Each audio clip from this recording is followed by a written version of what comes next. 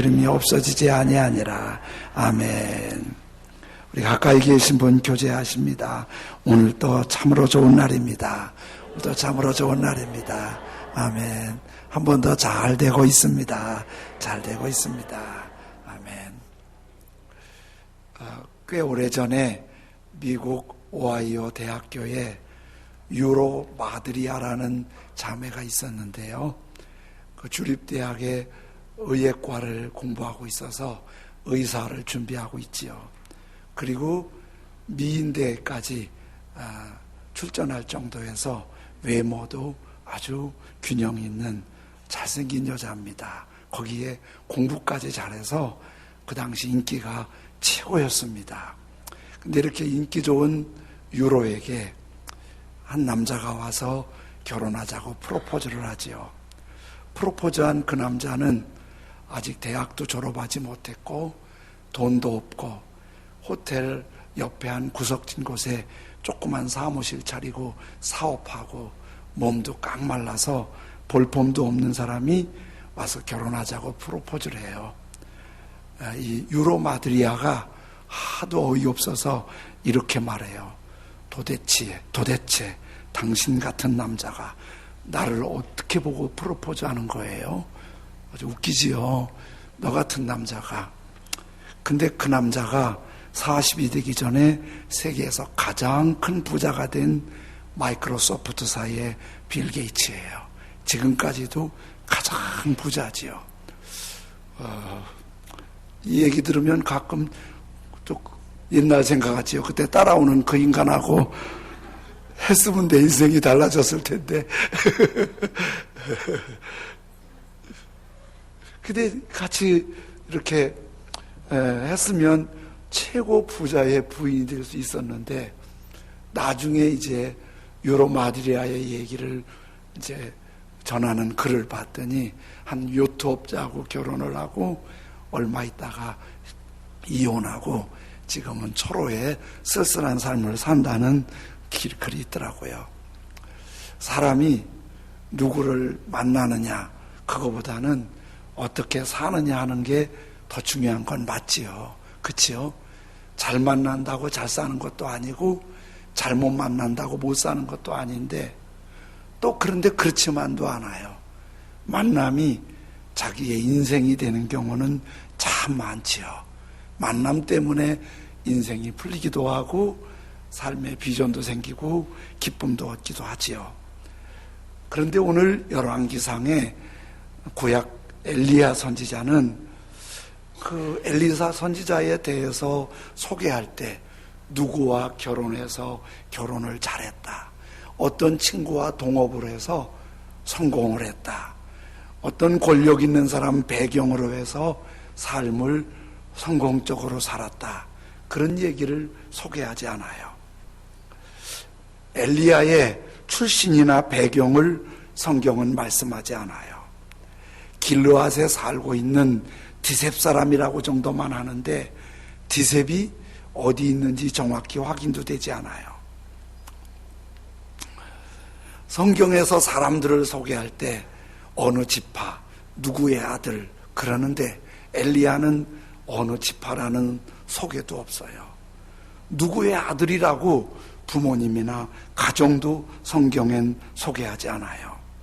그런데요, 예수님께서 12제자 중에서도 베드로, 야고보, 요한, 예수님이 아주 첫 번째 그룹이라고 생각하는 성경 연구가들이 베드로, 야고보, 요한만 데리고 산에 올라가서 기도하시는데, 그 기도하실 때 베드로, 야고보, 요한이 언뜻 환상이 보이는데 예수님만 계신 게 아니라 그 옆에 모세와 엘리야가 함께 얘기하는 거예요. 구약에 많은 지도자가 있고 믿음의 사람이 있고 선지자가 있었는데 예수님 옆에 모세와 엘리야 두 사람이 예수님과 구원 사역을 얘기하는 거예요. 그런 거 보면 그렇게 표현은 안 했지만은 하나님이 보시기에 지도자 중에 가장 탁월한 지도자는 모세고, 선지자 중에 하나님이 가장 인정하는 선지자는 엘리야라는 생각을 하게 하는 거예요. 이 엘리야가 그런 사람이에요. 그런데 이 엘리야가 등장할 때 어디서 어떻게 태어나서 어떤 배경으로 성장했다 그런 게 없어요. 엘리야의 등장은 열왕기상 17장 1절에 이렇게 등장해요. 길르앗에 우거하는 자 중에 디셉 사람 엘리야가 아합 왕에게 말하되 내가 섬기는 이스라엘의 하나님 여호와께서 살아계심을 두고 맹세하노니 내 말이 없으면 수년 동안 비도 이슬도 있지 아니하리라 하니라. 갑자기 엘리야의 등장은 왕 앞에 나타나서 하나님이 말씀하시는데 내가 말하지 않으면 수년 동안, 여러분 우리가 한 4, 5개월만 비가 오지 않아도 걱정하잖아요. 4, 5개월이 아니라 수년 동안 비가 안 와도 중동지방엔 이슬만 있어도 초목이 살아나는데 비도 이슬도 없으리라. 그런 거 보면 성경의 엘리야의 이미지는 굉장히 거친 이미지예요. 옷도 평범한 사람들과 같지 않고 다른 엘리야로서 부각되는 옷을 입고 다녔어요. 그리고 걸음걸이가 비호같이 빨랐어요. 그리고 기근도 걱정하지 않을 만큼 굉장히 건강하고 굴에서도 살아갈 수 있는 강인한 생활 습관이 엘리야의 이미지예요. 아합 왕에게 감히 겁없이 거칠게 이렇게 기분 나쁜 말인데, 왕이 들을 때 기분 나쁜 말인데 말할 수 있는 사람, 그가 엘리야예요. 그런데 엘리야가 이렇게 역사의 무대에서 하나님의 사역을 하고 있는데 그 보이지 않게 엘리야가 사역하고 있는 게 보여지는데 그게 17장 2절과 8절이에요. 여호와의 말씀이 엘리야에게 임하여 이르시되, 2절에도 8절에도 똑같이. 근데 아합 왕한테 말했는데 말하기 전에, 왕에게 말하기 전에 엘리야는 그 전에 다른 깊은 사역을 했어요. 그게 뭐죠? 여호와의 말씀이 엘리야에게 임하여 이르시되, 엘리야가 자기가 상황을 판단해 보니까, 통계를 보니까, 또 지금 시대적인 상황이 그러는 게 아니라 하나님이 말씀을 주셨고 그 받은 말씀이 왕이 들으면, 백성이 들으면 굉장히 기분 나쁠 줄 알지만 거침없이 말하는 거예요. 엘리야는 어떤 좋은 아내나 좋은 친구나 좋은 권력자가 배경이 아니라 엘리야의 삶은 하나님의 말씀이 함께하는 삶. 말씀하셨고 그 말씀을 따라갔고 말씀이 이끄시는 삶이 엘리야의 삶이었어요. 엘리야 선지자가 왕에게 기분 나쁜 말을 했어요. 그러면 왕이 얼마나 기분 나쁘겠어요. 근데 왕은 요즘 대통령보다도 훨씬 막강한 권력을 갖고 있잖아요. 근데 그 권력 있는 왕이 엘리야 때문에 이 나라가 기분 나쁜 소문이 퍼지고 더 어려워진다면 왕이 어려우니까 그런 사람 처치할 수 있잖아요. 그래서 엘리야를 죽이려고 달려들 테고 엘리야는 그 앞에 권력으로는 아무 힘없기 때문에 고양이 앞에 쥐처럼 힘없는 게 엘리야예요. 그런데 그런 위험한 상황에 기근까지 있으니까 어렵잖아요. 그런데 하나님께서 어려운 상황을 아시고 엘리야에게 길을 열어주세요. 그리 시내가에 가서 조용히 숨어 있어라. 왕이 죽이려고 하니까. 그래서 그리 시내가에 가서 숨었어요. 물은 있는데 물만 갖고 살 수 없잖아요. 양식이 필요한데 그 시내가에 아무도 알 수 없는 곳에 숨어 있는데 거기에 놀랍게도 아침이면 까마귀가 빵과 고기를 물어다가 엘리야 앞에 던지는 거예요. 저녁이면 또 까마귀가 와서 아침 저녁으로 빵과 고기를 물어다 주고 먹게 하는 거예요. 여러분, 이게 얼마나 좋은 고기냐, 좋은 빵이냐, 그거 계산하지 않고 그 자체가 얼마나 감동이에요. 아침에 생각해보면 까마귀도 지 먹을 거 없을 텐데 물어다가 주는 거는 까마귀가 하고 싶어서 하는 게 아니죠. 하나님이 하시는 거예요. 그래서 까마귀가 물어다 주는 빵을 먹고 까마귀가 물어다 주는 고기를 먹고 맑은 시냇물을 마시면서 생명을 유지하는데, 상황은 왕이 죽이려고 해요. 군대가 수색해요. 경제는 기근으로 힘들어요. 그러나 엘리야는 그 가운데 하나님의 마음을 아는 거예요. 나를 굶지 않게 빵을 주시는 하나님, 나를 영양 보충하도록 고기를 주시는 하나님. 그러니까 상황이 녹록한 것 같지는 않은데 엘리야는 매일 감동이에요. 까마귀가 물고 올 때마다, 그걸 받을 때마다, 먹을 때마다 울면서 하나님이 너무 좋아서, 어려운 상황이지만 하나님이 참 좋습니다. 만화 광수 생각에 남자 여자 둘이서 얘기하는 얘기가 나오는데, 남자가 여자한테 그래요. 우리 아버지는 변호사고 우리 집엔 빌딩이 2개나 있고 나 명문대학 나오고 지금 대기업에 근무하고 있어. 내 스펙이 마음에 안 드니? 나하고 결혼해줘. 그랬더니 여자가 하고 생각하고 있다가, 만화 보셨죠? 하고 생각하고 있다가, 아니 내 스펙이 마음에 들긴 드는데 난 네가 싫어.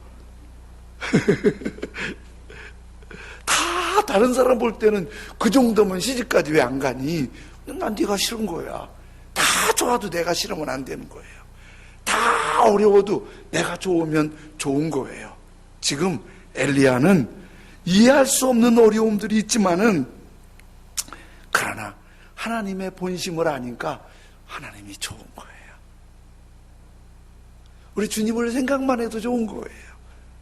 주님의 그 자상한 손길이 기쁘고 희망이고 감동인 거예요. 그런데 너무 가뭄이 심하니까 그리 시냇가도 말라요. 빵과 고기를 물어다 줘도 물이 없으면 곤란하잖아요. 그래서 어찌할까 생각하고 있는데 하나님이 또 엘리야한테 말씀하세요. 시돈 땅으로 가라. 거기 가면은 한 과부가 너의 먹을 것을 도와줄 것이다. 시돈 땅은 이스라엘이 아니에요. 다른 나라예요. 그러니까 왕이 군대를 풀어서 엘리야를 잡아오라고 하는 판이니까, 엘리야가 시돈 땅으로 가면 일단 이스라엘의 수색에서는 벗어나잖아요. 근데 문제는 시돈 땅이 이스라엘의 가뭄을 가져오게 한 아합 왕을 움직인 아합 왕의 부인 이세벨의 고향이 시돈이에요. 하나님이 왜 하마는 중에 거기로 가라고냐고, 껄끄럽게 아주 그 기분 나쁜 거기로 왜 가라고냐고. 그것도 또 부잣집을 찾아가라고 하지 않고 가난한 과부가 널 먹여줄 거라고 그러는 거예요. 그래서 더위를 이기면서 시돈 땅까지 껄끄럽지만 찾아갔어요. 거기 찾아갔더니 예전에 중동 지방에서는 과부가 티가 나요. 과부는 과부의 옷을 입게 되어 있어요. 그래서 딱 보면 저 사람이 과부다, 그거 알게 돼 있어요. 그런데 시돈 땅 사르밧에 딱 들어갔는데 마침 과부 옷을 입은 한 여인이 나뭇가지를 줍고 있는 거예요. 그래서 과부이기도 하고 또 처음 만났고 사르밧에서 만났으니까 그 여인한테 이렇게 부탁하지요. 저한테 물 좀 주시겠어요?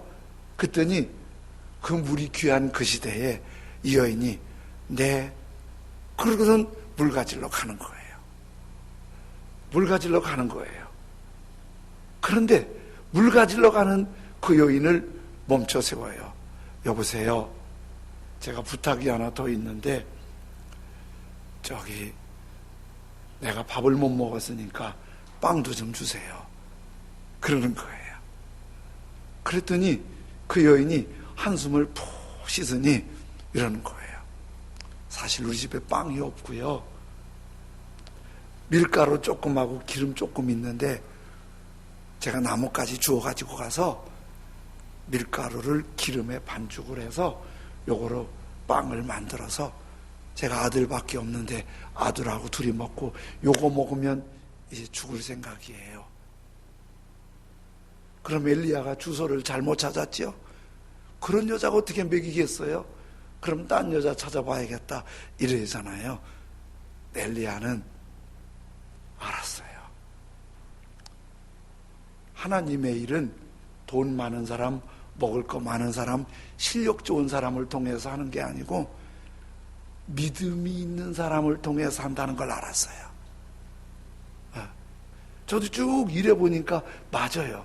실력 좋은 사람, 돈 많은 사람, 능력 있는 사람, 젊은 사람을 통해서 일하는 게 아니라 믿음의 사람을 통해서 하나님의 일을 하시거든요. 그러니까 엘리야가 주소 잘못 찾았으니까 딴 데 가 생각하지 않고 그 여자한테 당돌하게 말해요. 그러면 가서 그 나무로, 그 밀가루로, 그 기름으로 빵을 구워서 나를 먼저 주세요. 그리고 내가 먹고 좀 남으면 아들과 당신이 먹으세요. 나를 먼저 주면은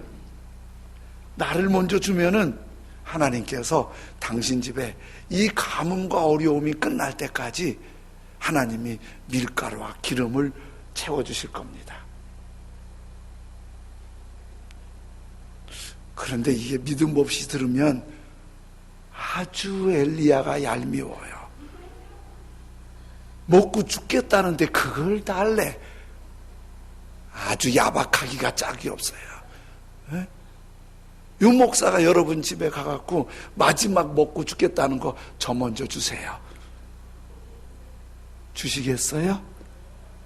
감사합니다. 복 받으세요. 한 사람밖에 안 하잖아, 대답. 이게 믿음 없는 말로 들으면 진짜 말도 안 되는 말이야. 선지자가 돼갖고 어디서 구해다 먹을 생각을 해야지. 그걸 잘 달라고. 아이고. 그런데 엘리야도 그리시네가에서 하나님께 받은 말씀이 있잖아요. 과부가 먹이리라.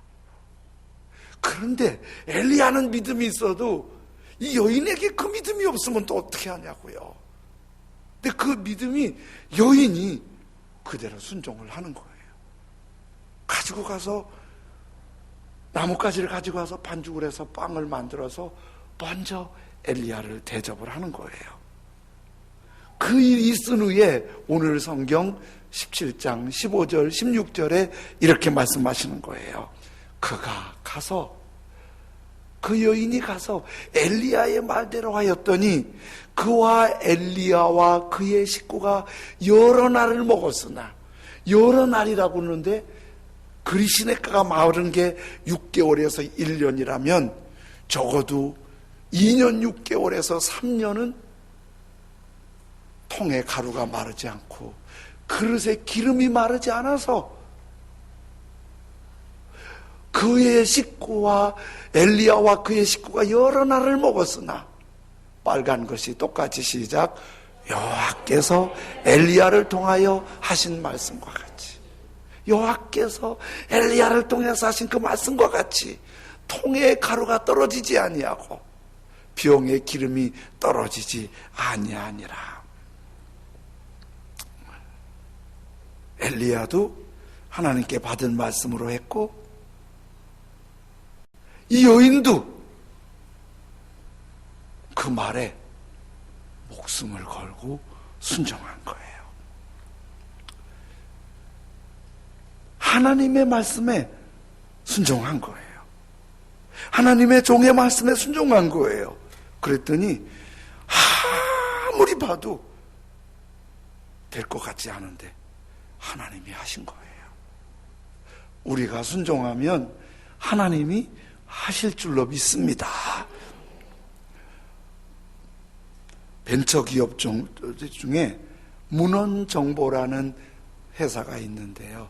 그 회사의 대표가 손태영 교수예요. 저분이 3살 때 소아마비 앓았어요.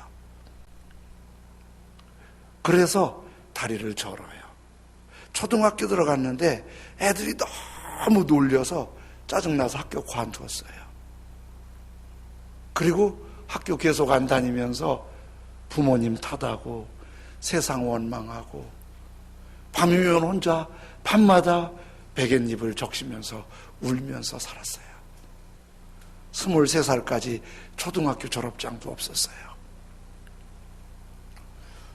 23살 됐던 어느 날 문득 기도하고 싶은데 기도하려고 엎드렸더니 하나님이 그런 마음을 주시는 거예요. 사는 방식을 바꾸자. 그래서 혼자 기도해요. 제가 사는 방식을 좀 바꾸게 해주세요. 사는 방식을 바꾸게 해주세요. 이렇게 원망하고 탓하고 밤마다 울지 말고 사는 방식을 바꾸게 해주세요. 그러다가 어설프게 하는 한글로 신문을 봤더니 서울에서 중학교 입학 자격을 얻는 검정고시생을 모집한다는 걸 봐요. 그래서 그 신문을 보고 서울에 올라와서 검정고시 공부해서 짧은 시간에 중학교 입학 자격을 얻어요.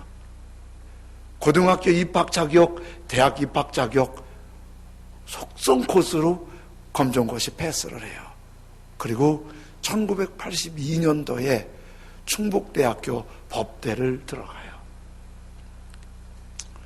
그리고 법대 졸업을 하는데 졸업했다고 길이 열리는 거 아니잖아요. 그렇죠? 아무 데도 오라는 데도 없고 갈 데도 없어요.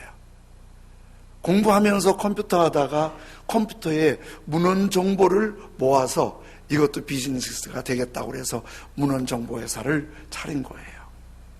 그러는 와중에 한 지방대학에 겸임 교수로 발탁이 돼요. 자기가 교수 된 게 너무 감사해서 다른 사람보다 10배, 100배 노력해서 강의 준비를 해요. 학생들한테 최고의 인기를 얻어요. 학교도 이 교수 채용한 걸 너무 고맙게 생각해요.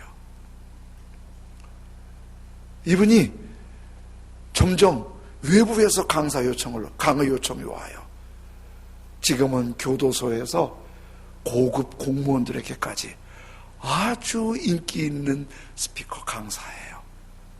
인기 있는 강사예요. 이분의 강의 주제는 하나님의 은혜예요.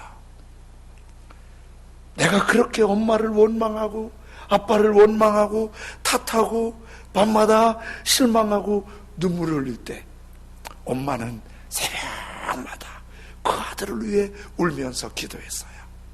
하나님의 응답은 사는 방식을 바꾸게 하셨어요. 사는 방식을. 우리의 모든 삶의 구조는 대부분이 경험을 위해서, 습득한 지식에 의해서, 인간적인 사고에 의해서 우리는 거의 생활해요.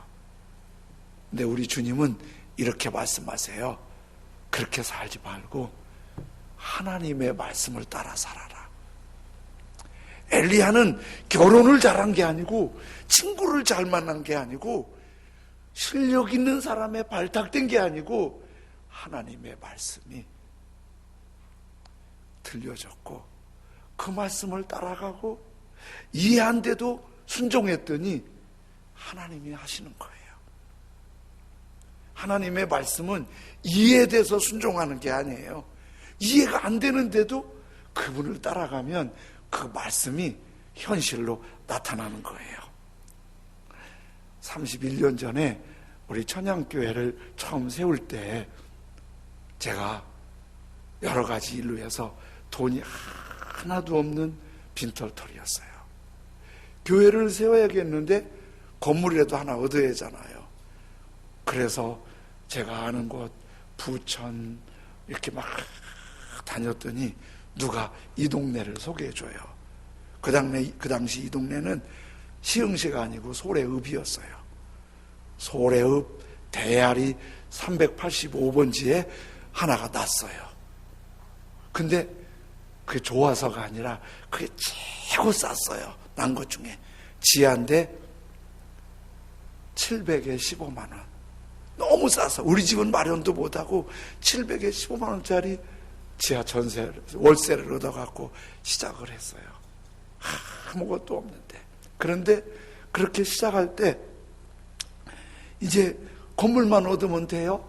뭐 이렇게 의자도 사고 강대상도 사야 되는데, 고맙게 저를 위해 기도해 주시는 분들이 강대상도 사주시고 의자도 사주시고 뭐 이렇게 해서 하는데, 한 분이 의자 사라고 헌금을, 지금도 크지만 그 당시에 큰 돈 200만 원을 봉투에 넣어서 주신 거예요.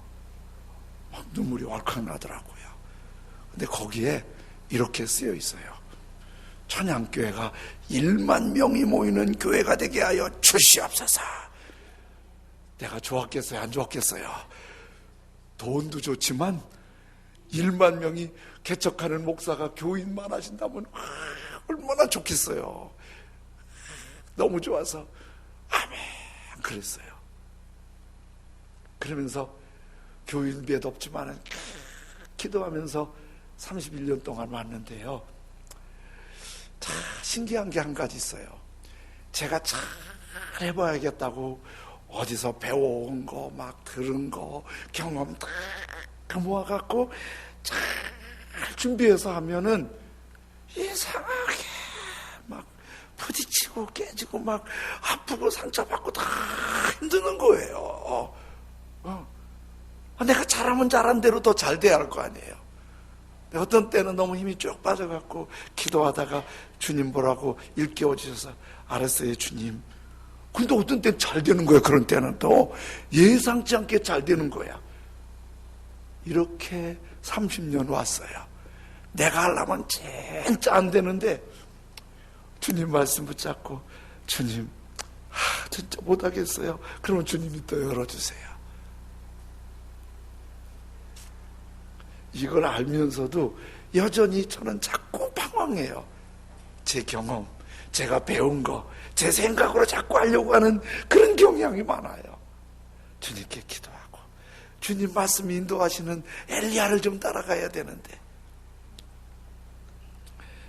아프리카 가나에 우리 교회에서 교회를 하나 지어드렸는데요, 거기를 좀 와서 집회 인도해달라고 해서 갔었지요. 근데 모르니까 두바이를 경유해서 가는데, 갈 때는 곧바로 연결됐는데 올 때는 두바이에서 한 20시간을 쉬게 하는 거예요. 20시간 이제 항공사에서 숙소까지 줘가면서 쉬게 하는 거예요. 그러면 두바이 좀 돌아보라고 그러나 봐요. 그러니까 낮 시간이 좀 휴식 시간이 있는데 뭐 할 거 좀 하라고 그러는데, 두바이가 사막에 세워진 도시니까 그 사막 체험을 하는 게 있대요. 그래서 이런 건 흔치 않은 일이다. 그래서 사막 체험을 하겠다고 그랬더니 이제 집차를 타고 집차로 사막에 가서 사막 한가운데서 6월절 파티 같은 걸 밤에 하는 거예요. 그런데 고속도로로 한참 가서 사막에 당도하니까 이제 집차가 사막으로 들어가는 거예요. 사막에 딱 들어가더니 운전기사가 차를 딱 세워놓고 네 바퀴에 바람을 슉슉 다 빼는 거예요. 왜 바람을 빼지? 바람 빼지? 그랬더니 그 안내하는 사람이 그러는 거예요. 사막에 차가 갈 때 바람이 탱탱하면 헛바퀴를 돈대요. 그래서 바람을 쭉 빼면 바닥 닿는, 지면에 닿는 타이어 부분이 넓어져서 헛바퀴를 안 돌고 사막에서 잘 굴러간다는 거예요. 제가 그때 깨달았어요. 바람을 빼야 된다. 바람을 빼야 된다. 왜 그렇게 헛바퀴 도는지 아세요? 바람이 너무 많이 들어갔어. 내가 한번 해버리자 이러랑 몰고, 절대 지나봐라 내가. 자기가 너무 강해. 바람이 너무 탱탱하게 들어갔어. 너무 자기 걸 많이 하려고 그래. 그러니까 어떻게 해요? 40년 방황하고 허덕이고 힘들고 그러는 거예요. 엘리야가 아무것도 없지만 바람을 빼고 말씀 앞에 엎드리니까 어려움은 있지만 인도하시잖아요. 선태영 교수가 바람을 빼니까 새로운 일이 열리잖아요. 유로가 도도하고 자기를 자랑하고 나서 보니까 남는 게 없잖아요. 우리 좀 더 우리의 모습들에 너무 계산적이고 인간적이고 자기중심적인 거 한번 따라해 보세요. 칙 해보세요. 시작. 칙. 좀 더 빼요. 바람을 빼세요. 그리고 말씀 앞에 아멘, 아멘. 주님 따라가면, 우리가 말씀을 따라가면 하나님이 열어주실 줄로 믿습니다. 아멘. 기도하겠습니다. 주님 감사합니다. 엘리야가 결혼도 친구도 권력도 아니고 하나님 말씀만 따라갔더니 힘든 일도 있지만 어려운 일도 있지만 하나님이 꼭 필요할 때 인도하시고 채워주시고 하나님의 능력을 나타내 주시고 하나님의 거룩한 역사를 이루게 하시는 걸 보게 하시니 감사합니다. 우리가 힘을 빼고 바람을 빼고 하나님 말씀 앞에 고개를 숙여 하나님께 순종하면 하나님께서 하실 줄로 믿습니다. 주님, 우리 안에 너무 인간적이고 너무 계산적이고 너무 세상적인 것 내려놓을 수 있는 믿음의 용기를 성령으로 부어 주옵소서. 말씀을 따라갈 수 있는 엘리야의 믿음이 우리의 믿음이 돼서 하나님이 하시는 걸 보고 하나님을 높이며 가장 복된 하나님의 사람으로 살아가게 하여 주옵소서. 예수님의 이름으로 기도드립니다.